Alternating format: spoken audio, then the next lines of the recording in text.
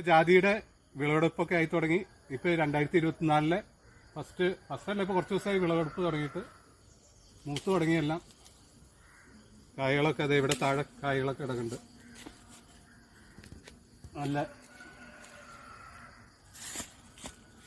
നമ്മൾ തോട്ടി ഉപയോഗിച്ച് പറിച്ചെടുത്താലുള്ള ഗുണം എന്താണെന്ന് വെച്ച് കഴിഞ്ഞാൽ നമുക്ക് കായ മാത്രമല്ല ഈ പത്രിക്കയും നല്ല വില കിട്ടും. അല്ലെങ്കിൽ അത് ഫ്ലവറായിട്ട് എടുക്കാൻ വലിയ ബുദ്ധിമുട്ടായിരിക്കും.